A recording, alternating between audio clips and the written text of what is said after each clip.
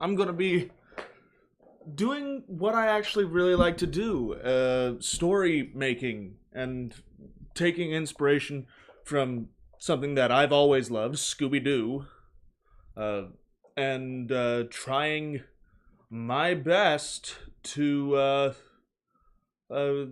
show y'all a story.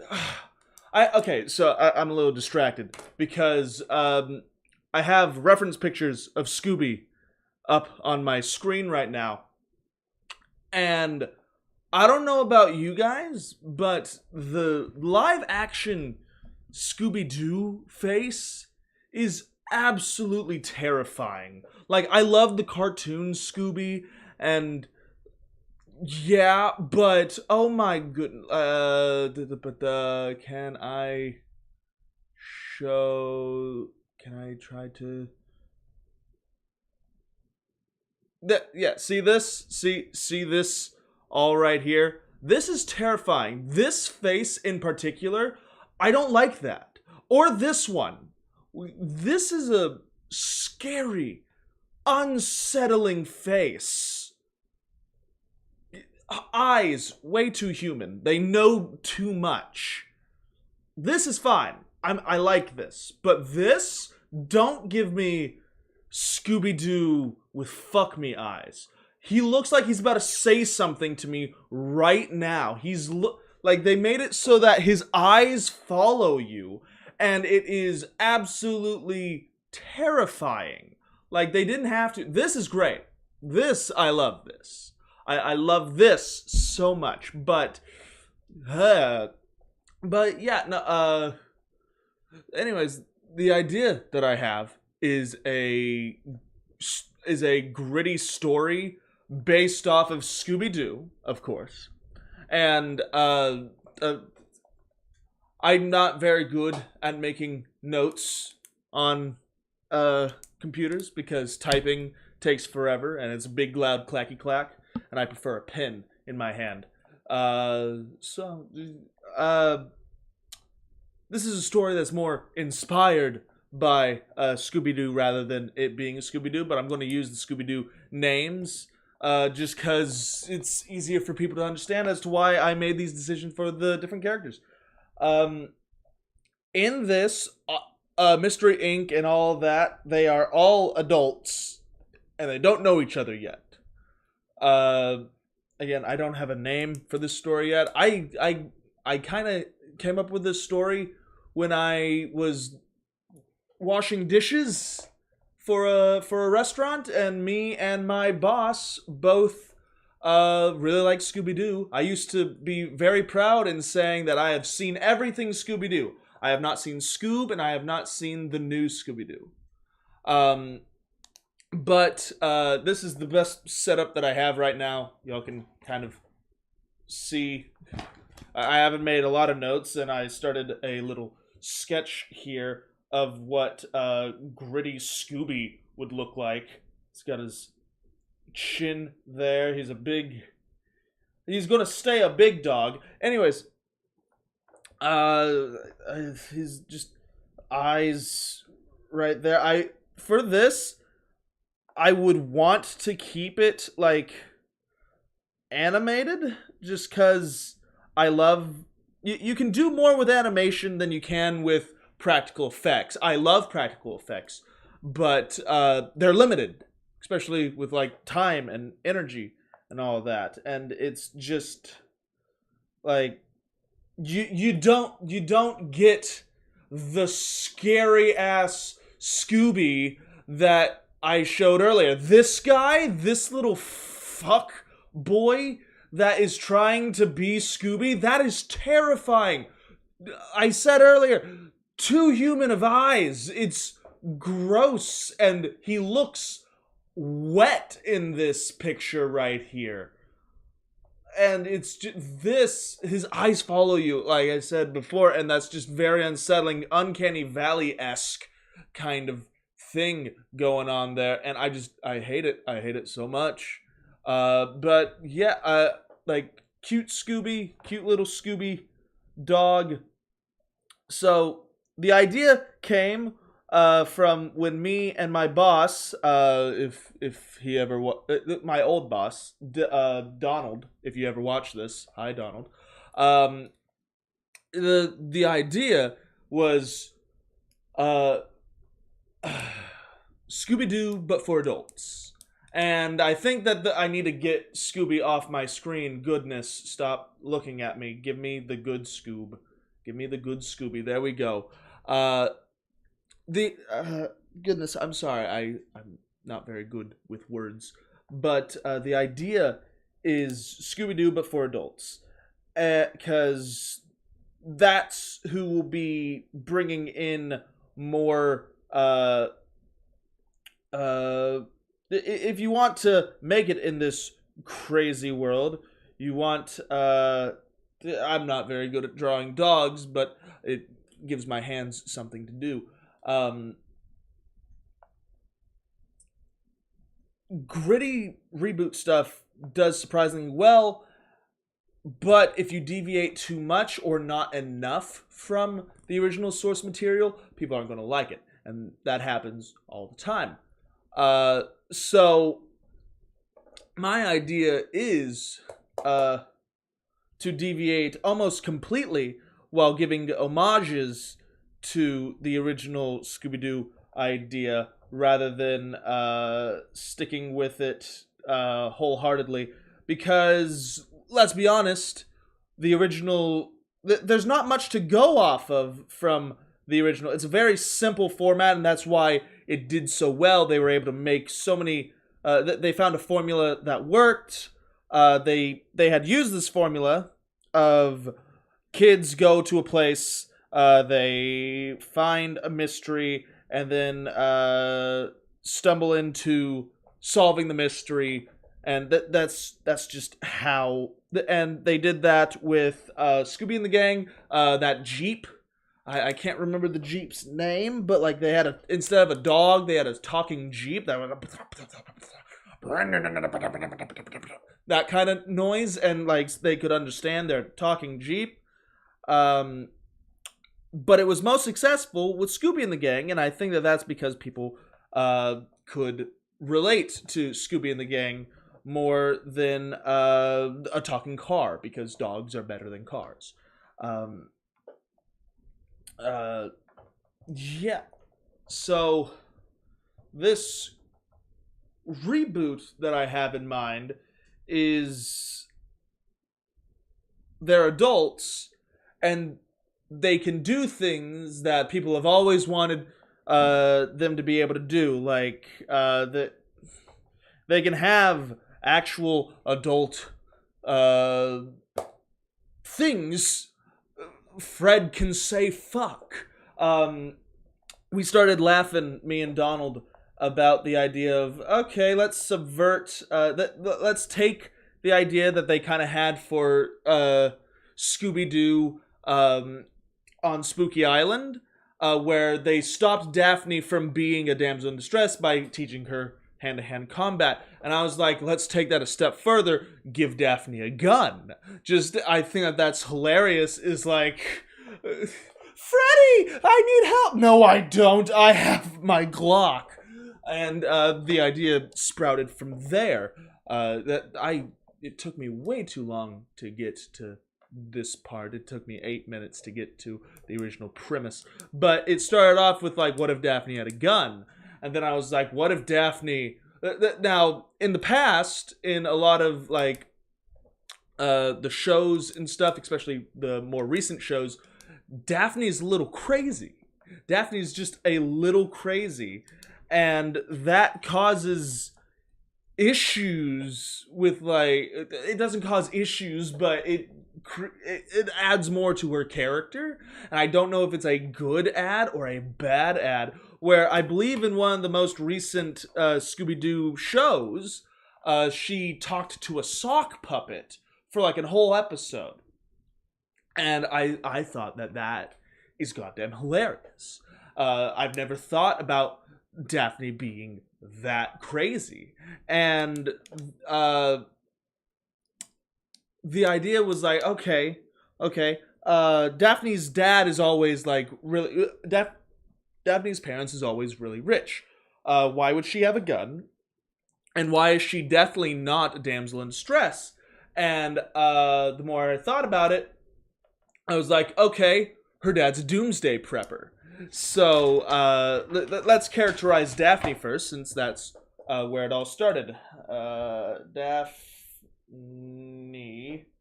I know that's not how you spell her name, but I don't think that y'all can even read my handwriting. It's fine, I can.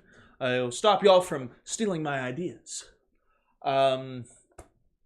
But Daphne is, the original idea was has gun is crazy. Her dad's a doomsday prepper. And he's also very rich. He owns a lot of land. And I was like, okay, what does he do? He makes he makes high-end firearms. So like those like beautiful wooden wood-handled guns and stuff like that. That's what he makes. And I continued on with that thought, and I decided he's a doomsday prepper. He is a conspiracy theorist, and that's kind of where Daphne gets kind of her we gotta solve these mysteries kinds of things. I'm just going to make myself just a little bit bigger here, just because I am the most important thing on screen. Hi, I'm in the middle now, or I'm over here now. Why am I being stupid? Y'all don't need to watch me write. I can just have these pictures over here in the background. I'm an idiot for the most part, as y'all can kind of tell. But no, Daphne is a conspiracy theorist, and I think that is how she got into like mysteries and stuff, is from conspiracy theories. So let's go to let's go to Daphne.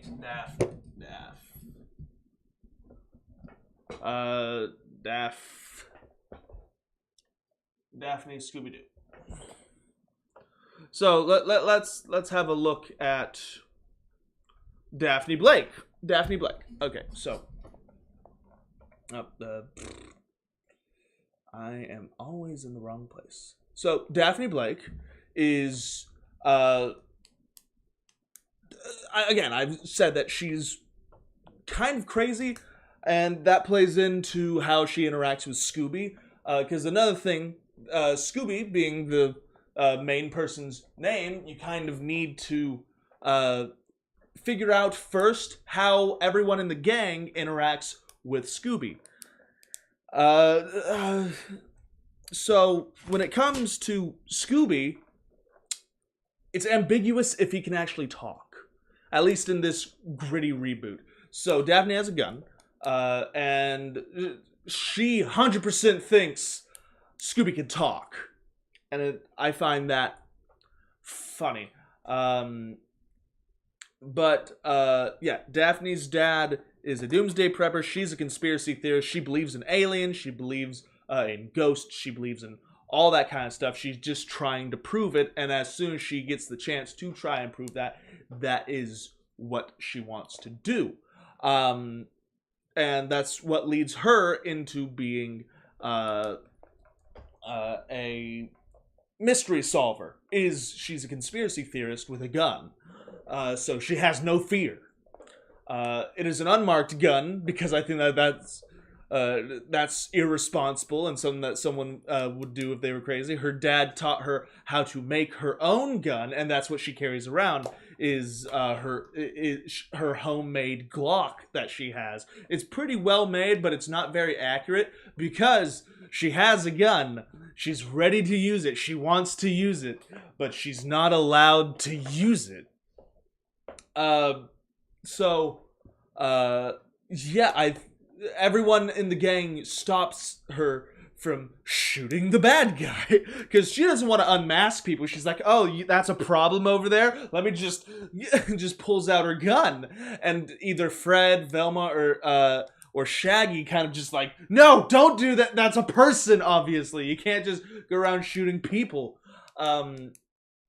But yeah, there will be time. Again, we wanted to make it so that she wasn't a damsel in distress. So we were like, okay, she is very good at self-defense. So that's where she, instead of being this damsel in distress, we decided to make her the queen of defense. And she's just like, fucking fuck around and find out. Fuck around and find out kind of thing.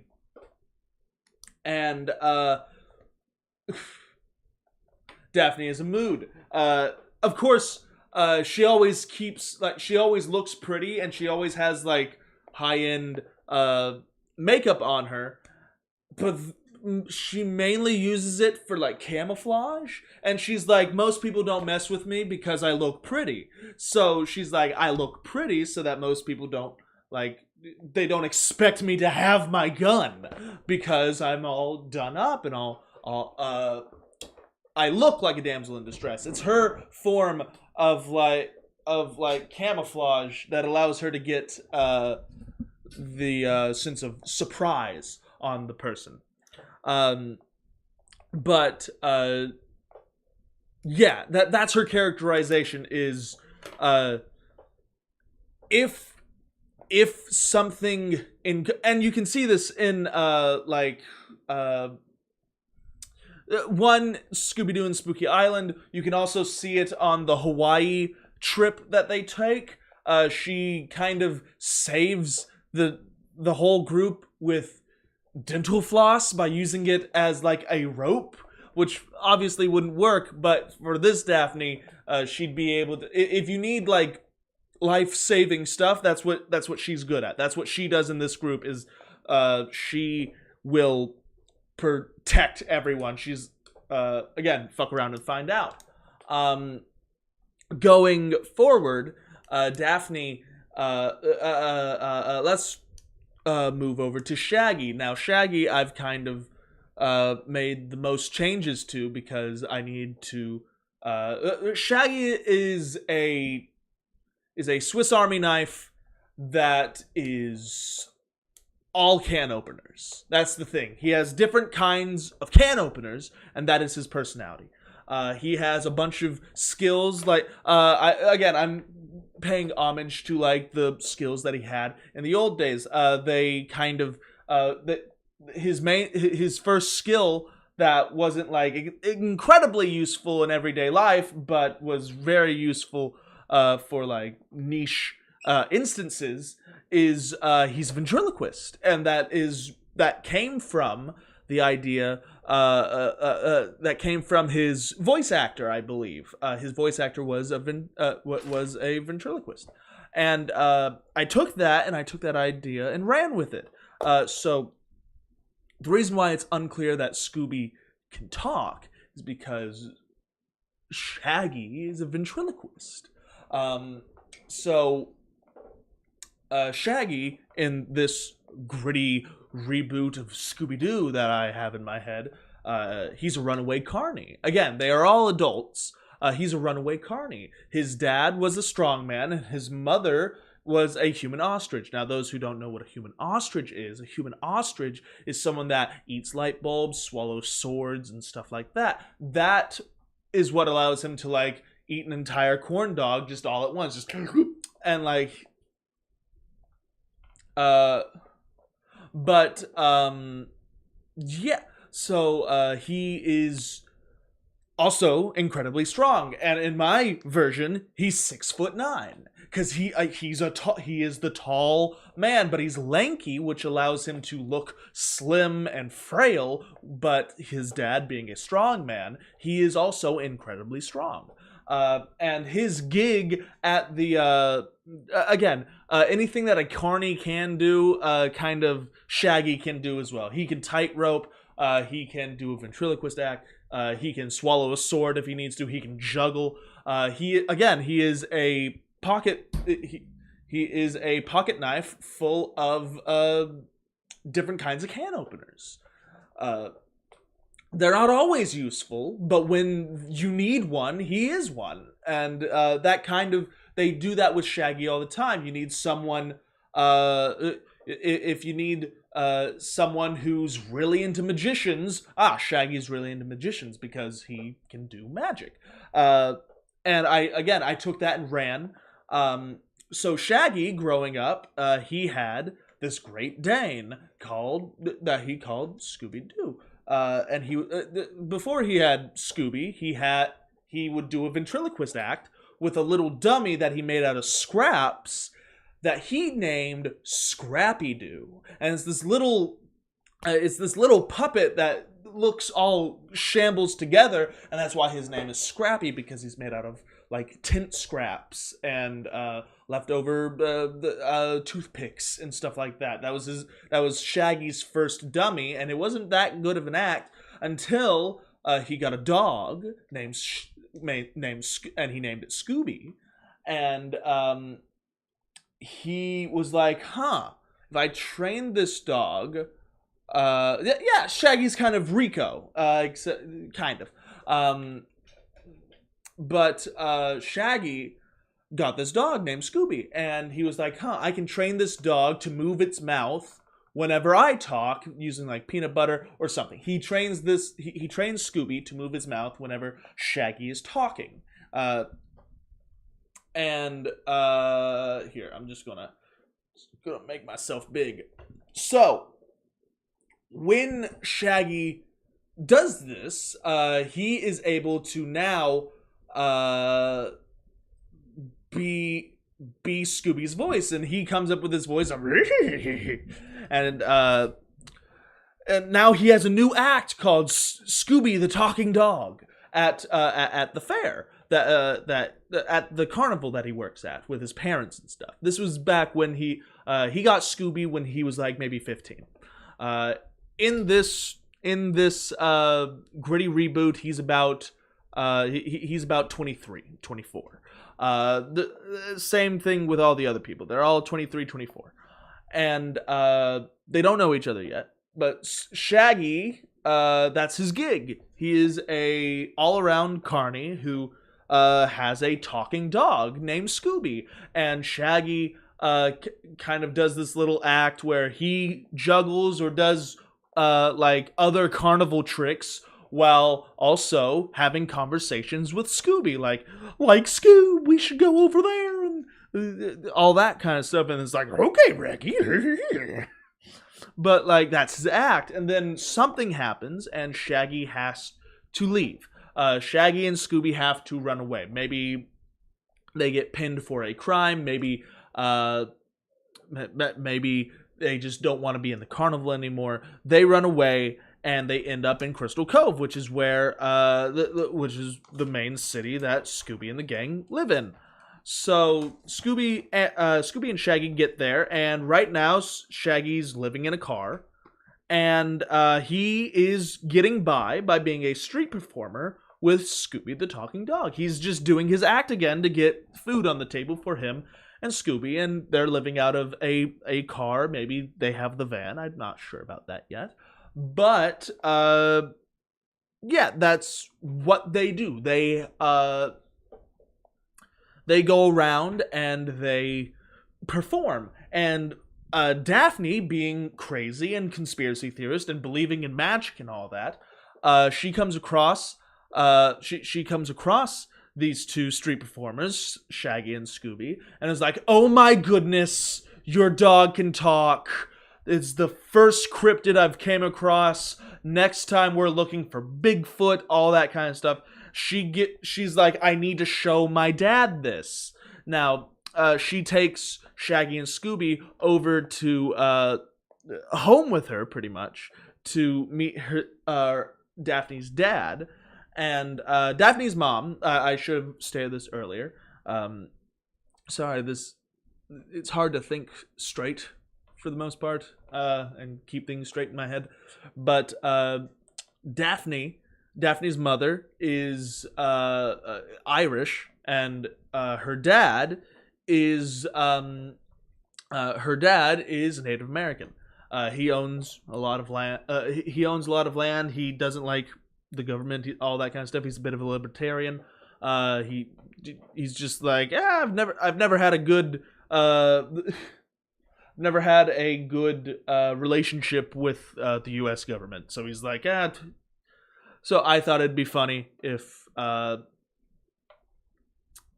we made him Native American, and Daphne is fairly white passing due to her mother, but of course her father raised her with her heritage and all that kind of stuff, kind of giving light to that demographic. But yeah, she takes Scooby home and is like, Dad, look, there's this talking dog. And of course her dad sees right through like the ventriloquist act and all that kind of stuff, and he eventually catches wind that Shaggy and Scooby are living out of cards. So he offers them a job, and he's like, if you can beat me in an arm wrestling match, I'll give you a job, and you can live in our cabin up in the woods.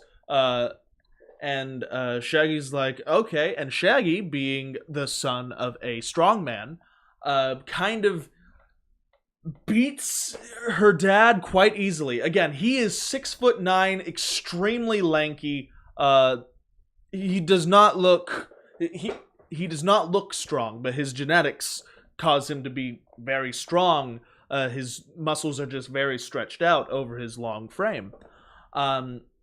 So he beats Daphne's dad, and he gives him a job at the lumber mill because that's what he uses the majority of his land for, is to grow trees, cut them down, and use them to make high-end firearms, because that's a pretty cool thing to happen, and also gives you a reason as to why Daphne has access to money and firearms.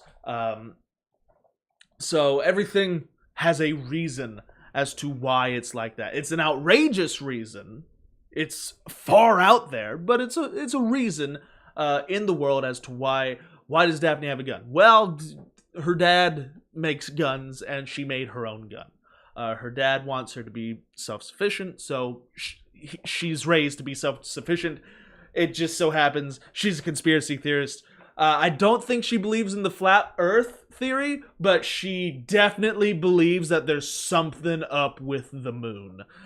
She does, like, if you ask her about like one of her craziest theories, she's like, you ever notice that the moon's always looking at us? And then you like look up at the moon, and she's like, exactly.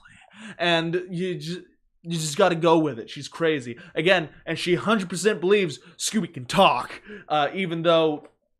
And so, again, he might be able to.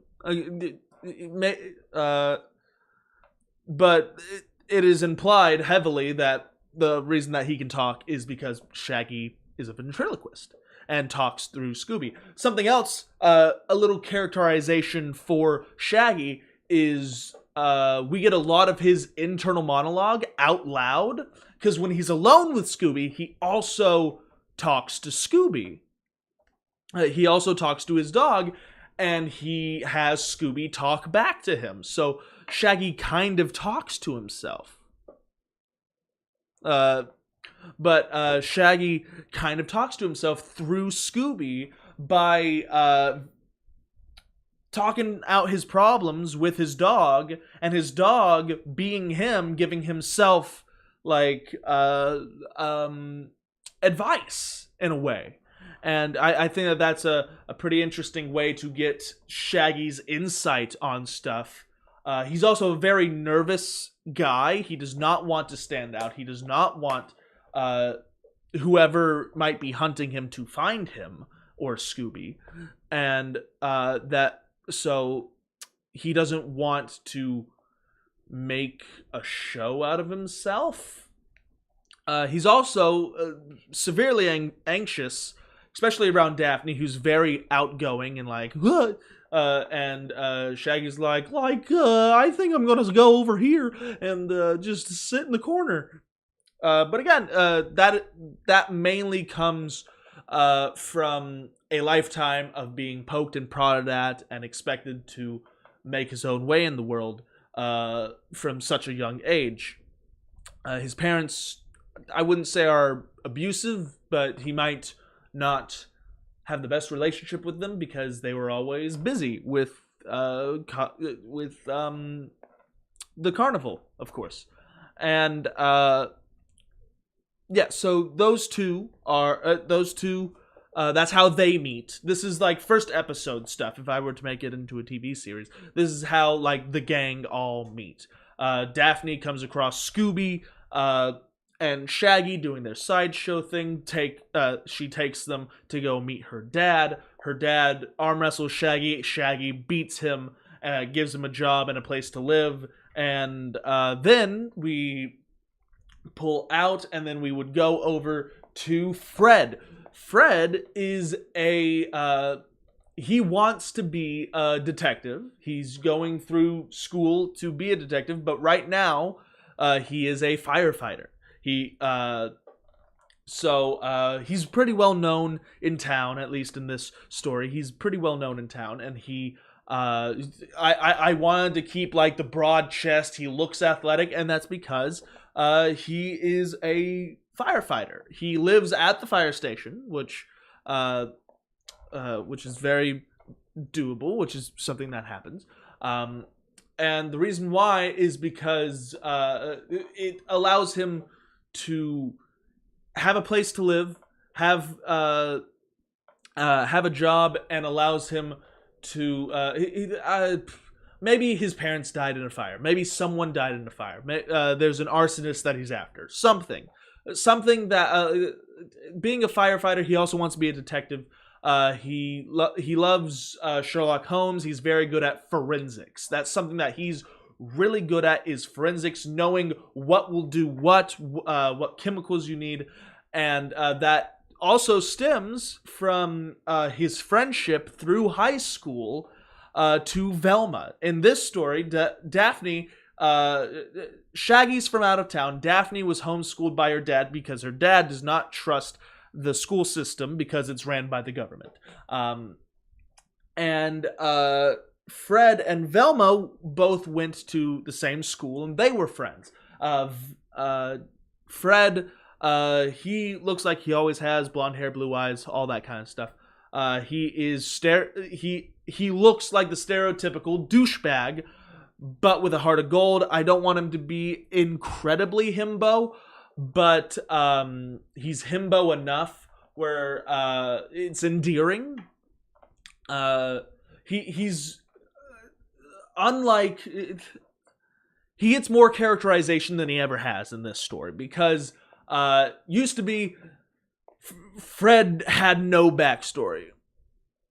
Oh, the age difference between the group, they're all around 20, either between 22 and 25. I think that Shaggy is the oldest. Shaggy's probably around 25. I think I said a different number earlier, but Shaggy is around 25. He is the oldest. Daphne, probably same age as Fred and Velma, maybe a year older than both of them. Fred and Velma are the same age. So, he is a himbo, but a smart himbo. He is an emotionally smart himbo that can read a room pretty well. That's what he wants to do. He wants to be a detective. So he works on those skills. He reads people. Himbo Sherlock Holmes, that's also a firefighter. He is an interesting character. And again, I want to make them all interesting characters. Now, he has a little bit of forensic knowledge, but that mostly comes from his friendship with Velma, who was not... so Fred in high school... Oh, I dropped my pen. Fred in high school, obviously pretty popular. He is a very handsome man.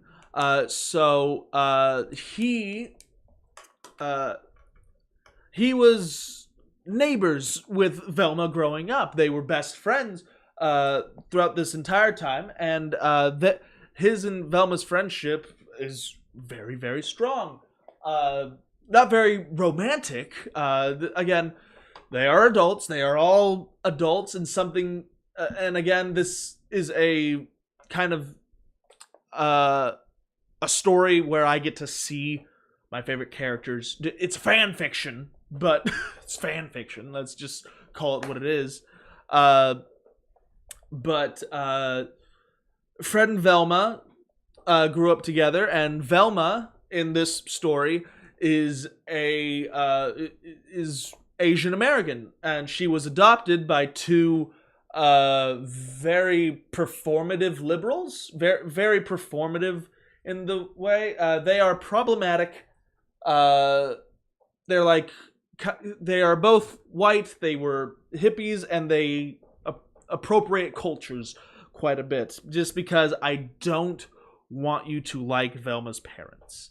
And she has a little bit of religious trauma, but that is only from her parents changing their religion over and over and over throughout the years. So it's like she goes to sleep one night and wakes up the next morning, and suddenly her parents are really into Buddhism and all that kind of stuff, and they just go whole ham into it. And then they do that for a year, and then they're like, hey, we're going to do voodoo. And for those who know about voodoo, from what I've been told, the only way you can practice voodoo is if you are invited into the religion or if you were born into the religion. And they did neither of these, but they were like, we are appreciating the culture, but really they're appropriating the culture.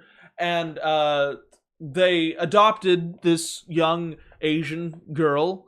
Her name is Velma Dinkley now.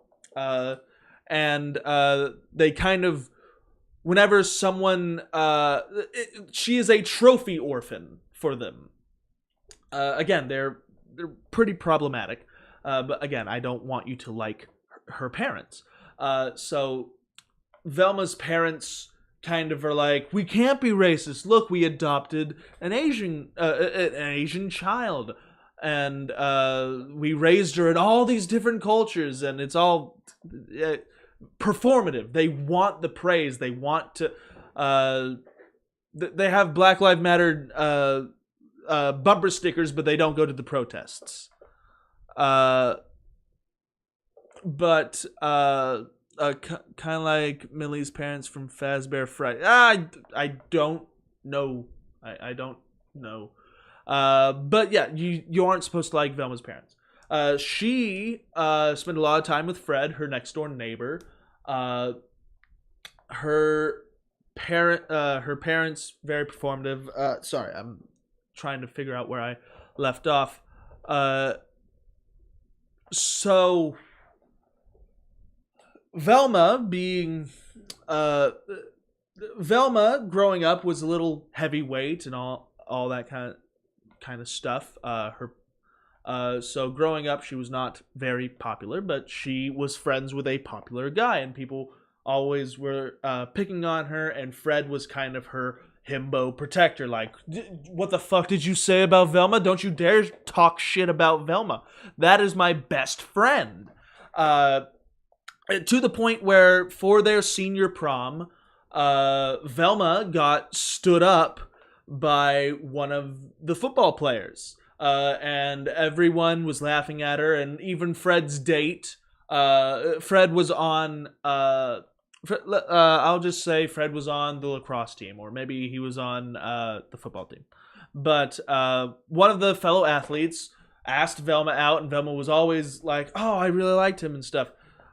So Velma got stood up, and everyone, the football team was laughing at her, and Fred's cheerleader girlfriend, because he grew up being a stereotypical like jock himbo guy, but being friends with Velma kept him grounded to the point where he didn't peak in high school.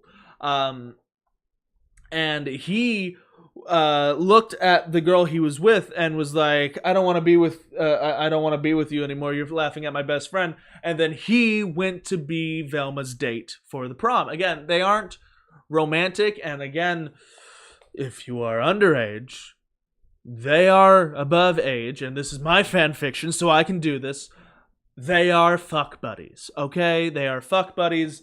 They enjoy being close to each other, but they think they are too close to each other, at least at the beginning of the story, to be romantic with each other. At least Velma has a little bit self-deprecation where she doesn't think that she deserves Fred, and Fred, reading the situation because he is emotionally intelligent in this story, Fred is like, okay, you don't need to be in a relationship with me. We can just be whatever. If you wanted to be physical, again, it's very much, Fred is very much like, whatever you need.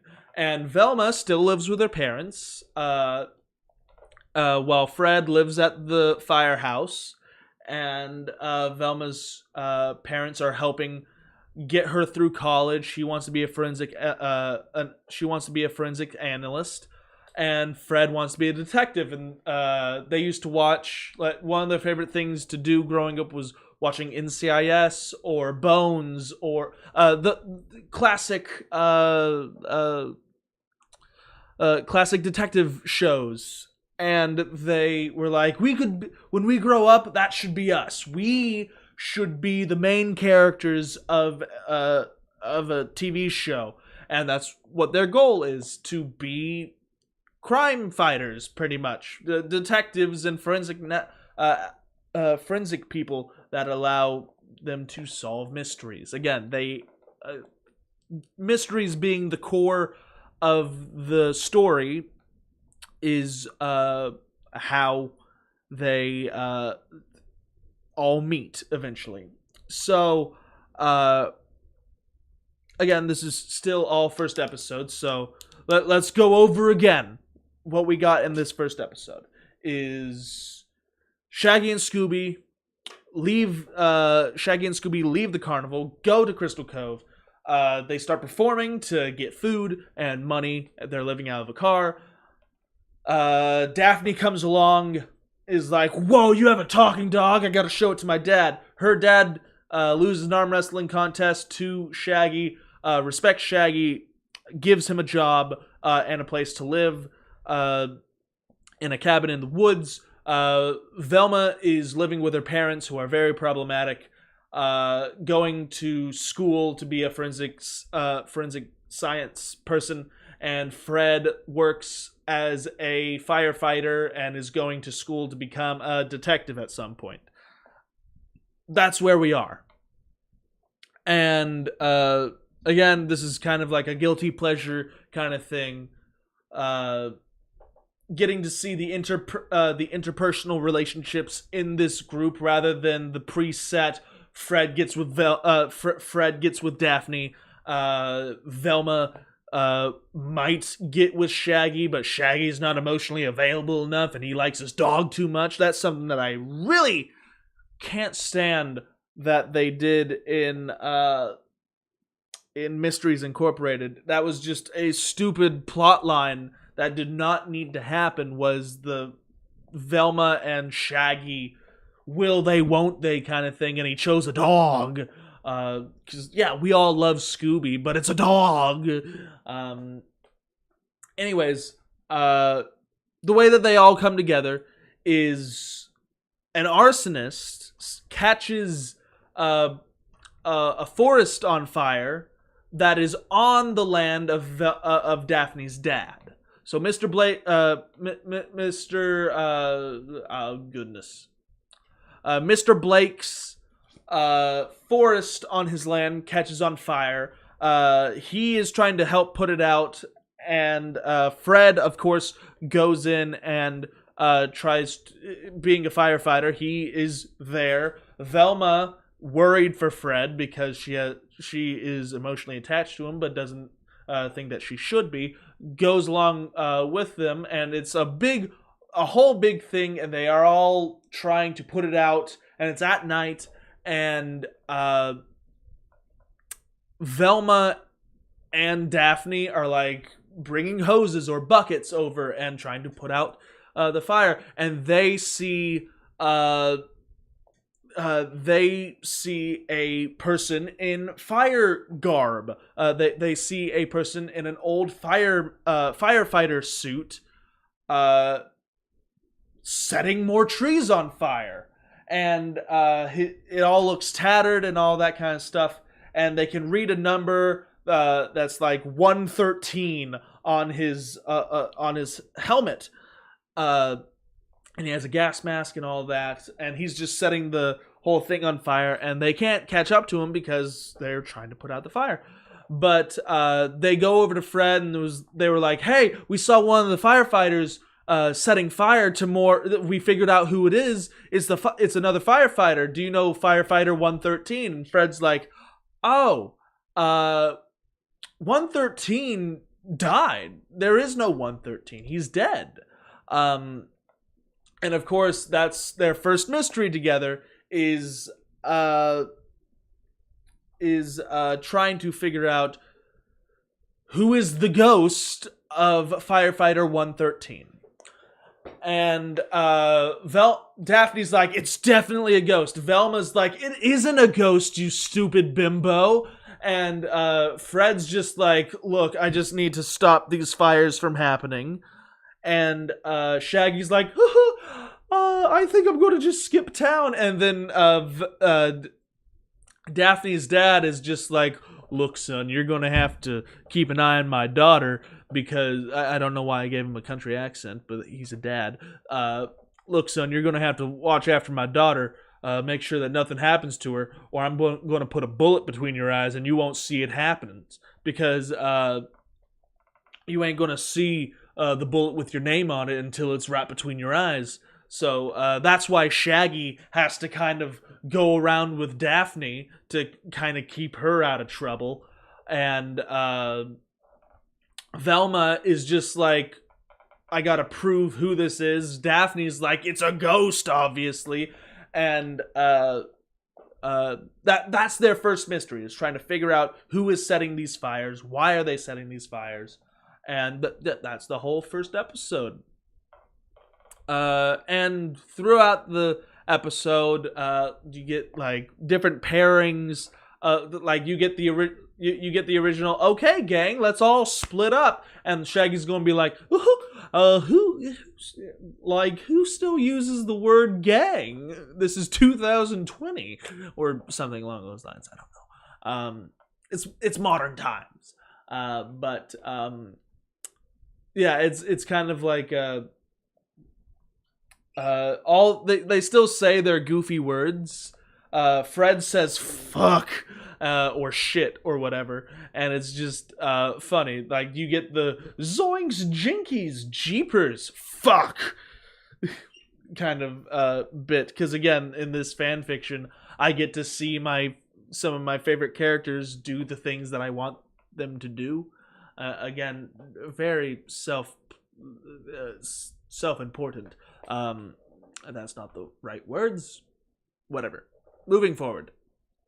So eventually, like Fred makes a trap, of course, because that's something else that Fred likes to do, and their trap.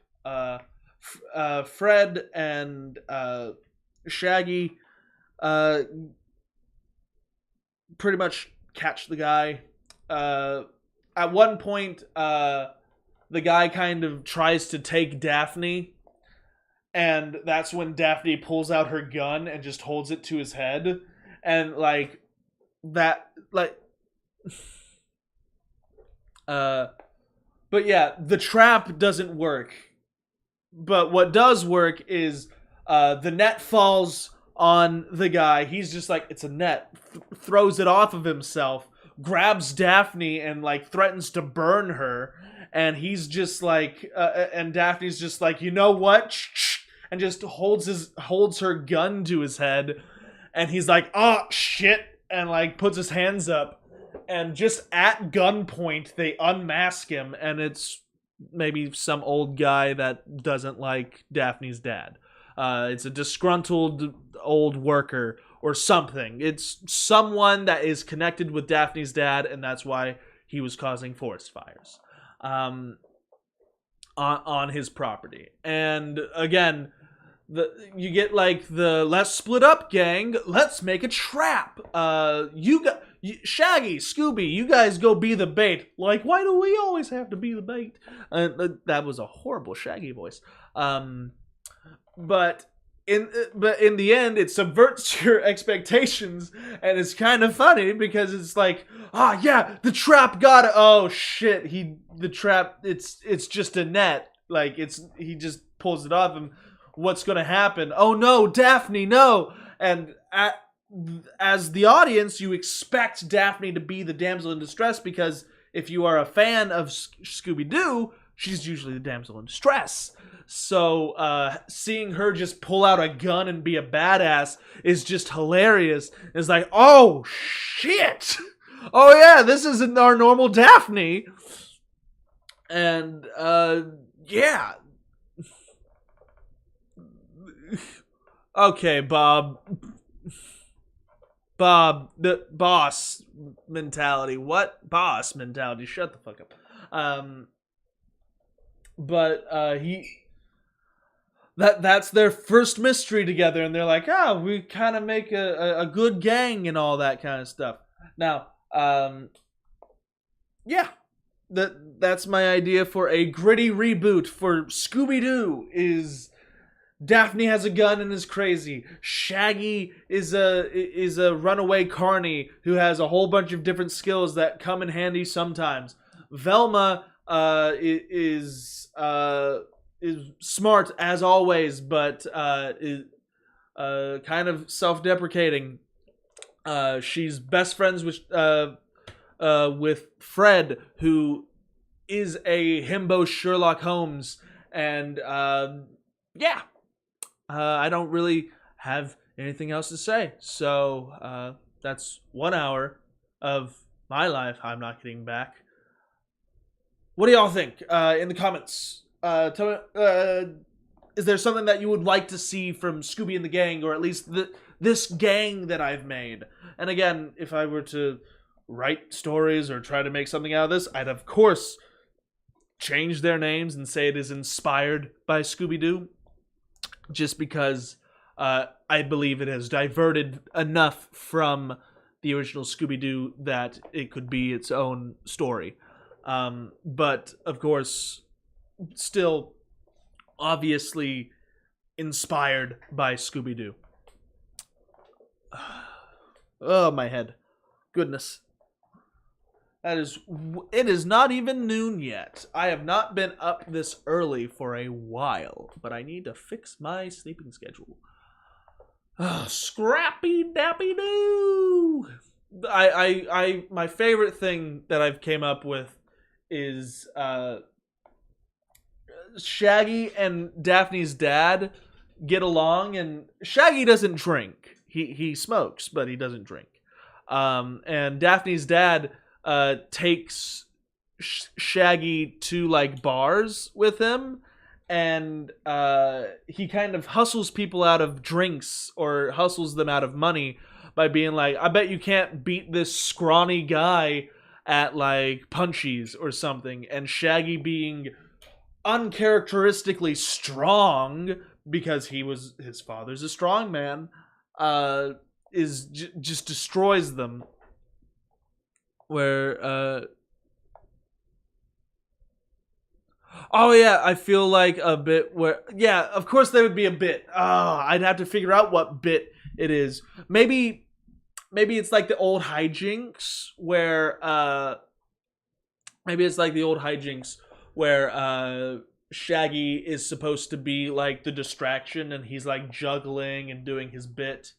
Or maybe at some point Daphne, but here, let me pull something out of my ass real quick. Okay, so there's another fire, but it's at one of the warehouses of Daphne's dad's company. They go and investigate, and they go in there, and it's a 2-story building, and there's like a phone line or something that goes up to it, or maybe there's a chain, and Daphne runs right in, goes and follows the guy, but because of the fire, the floor underneath her breaks away, and there's like for some reason there's a perfect like line of like tightrope that goes to her, and Shaggy, being the one that's supposed to be protecting Daphne, has to use his Fred's like, we can't get to her. The only way up to her is this rope, and you'd have to be a freaking carny to get up there. And Shaggy's like it's a good thing I know how to tightrope. And he just like tightropes over to her, and of course saves her and all that kind of stuff. So maybe that's something that like, again, he has obligatory carny rules where he can juggle, he can do tightroping, he can swallow fire if he needs to. He can do like clown makeup if on the fly if he needs to. He can do mime work. He's a good distraction. Or like in this one, he can tightrope over and save someone from falling into a fire pit. So there's that. But yeah. So I kind of want to like contextualize like how strong Shaggy is, because I like keeping it I like keeping it kind of up in the air how strong a character is, but then you get the point of inconsistency with it. So I think he can lift he can put on his shoulder and walk with about 600 pounds. Like, he is 6'9". He is a giant of a man. And he can just, like, kind of... It helps with his job because he can just lift a log up on his shoulder and just walk across the way with it and just sets it down. So let's say at most with one shoulder he can get 600 pounds. And with the other, so at most he can carry 1,200 pounds on each shoulder, but he would be slow with it. That we'll say that is his his strength. Maybe something that maybe something to help like show off Velma's like sciencey stuff, and also Fred's like also kind of sciencey stuff. Knowing Velma for that long, he's picked up stuff from osmosis. He's like, if only there was a way to stop the guy from being on fire, then we could just grab him, because that's something else. This ghost guy, he sets himself on fire, so like no one can like grab him, and also so it's scary.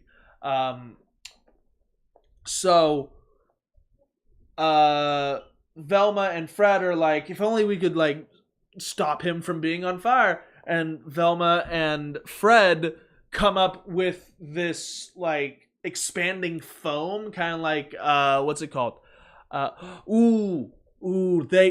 That's what they do. They take a fire extinguisher, cut it in half, and put the ingredients to make elephant toothpaste in it.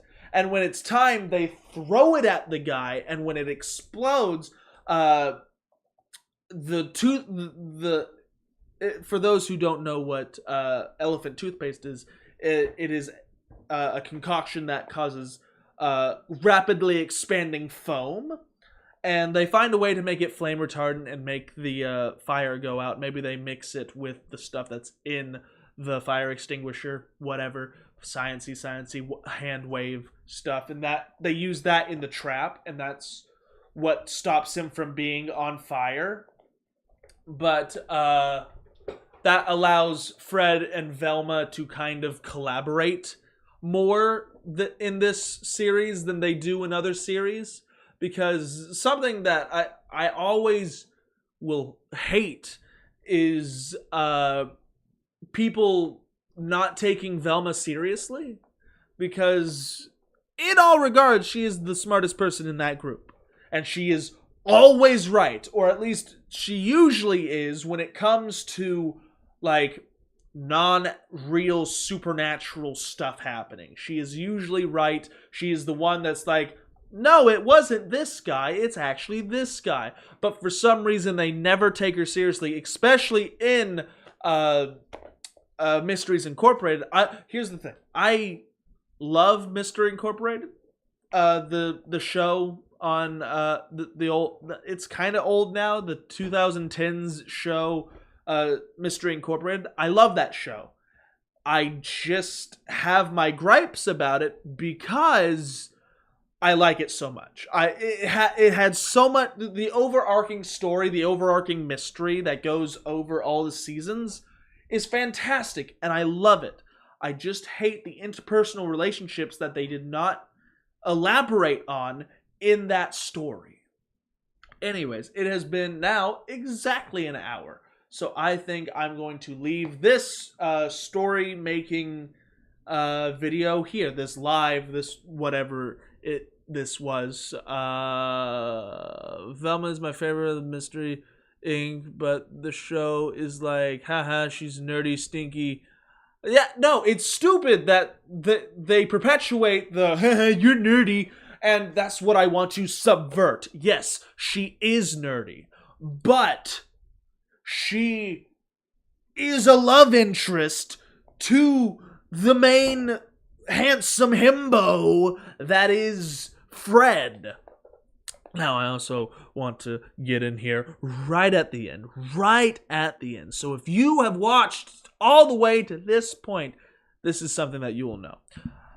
By the end of the season, the first season of this gritty AU of Scooby-Doo that I'm making, that I would love to make, they are all in a polyamorous relationship by the end of it. It starts off with Fred and Velma being physical with each other, but not very emotional with each other, but they want to be emotional with each other. They just need to communicate more, but they think that they don't have to communicate because they are such good friends. It's that kind of thing. And then Daphne... This is just a stupid scene that I can see in my head of like Daphne talking to Shaggy, and Shaggy being in the cabin.